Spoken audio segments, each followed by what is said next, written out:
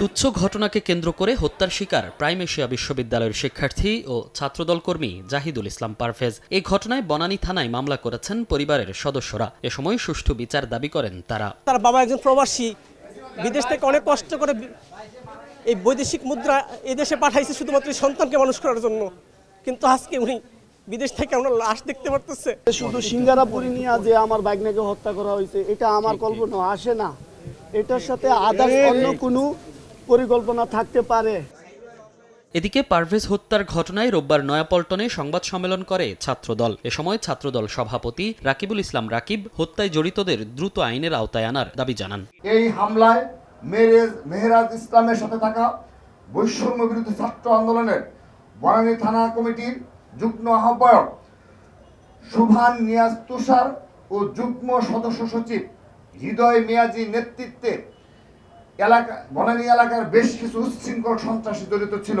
তারা বিভিন্ন ক্যাম্পাসে ছাত্রদলের কর্মীদের মবের ভয়ভীতি দেখিয়ে ছাত্রলীগের স্টাইলের সন্ত্রাসের পুনরাবৃত্তি করেছে। সংবাদ সম্মেলন শেষে নয়াপল্টনে বিএনপির কেন্দ্রীয় কার্যালয়ের সামনে জাহিদুল ইসলাম পারভেজের জানাজা অনুষ্ঠিত হয়। পরে হত্যার প্রতিবাদে বিক্ষোভ কর্মসূচি পালন করে ছাত্রদল। এদিকে এ ঘটনায় পাল্টা অভিযোগ করেছে বৈষম্য বিরোধী ছাত্র আন্দোলন। সেই সঙ্গে ছাত্রদলের বক্তব্যের নিন্দা জানিয়েছে প্ল্যাটফর্মটি।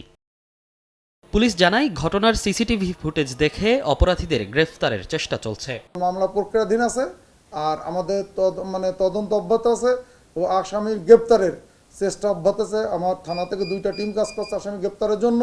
পুলিশ ও স্বজনরা জানান, শনিবার বিকেলে প্রাইম এশিয়া বিশ্ববিদ্যালয়ের সামনের একটি দোকানে আড্ডা দেওয়ার সময় ইংরেজি বিভাগের কয়েকজন শিক্ষার্থীর সঙ্গে টেক্সটাইল ইঞ্জিনিয়ারিং বিভাগের শিক্ষার্থী জাহিদুল ইসলাম পারভেজের বাকবিতণ্ডা হয়। পরে বিষয়টি মীমাংসার চেষ্টাও করে বিশ্ববিদ্যালয় কর্তৃপক্ষ।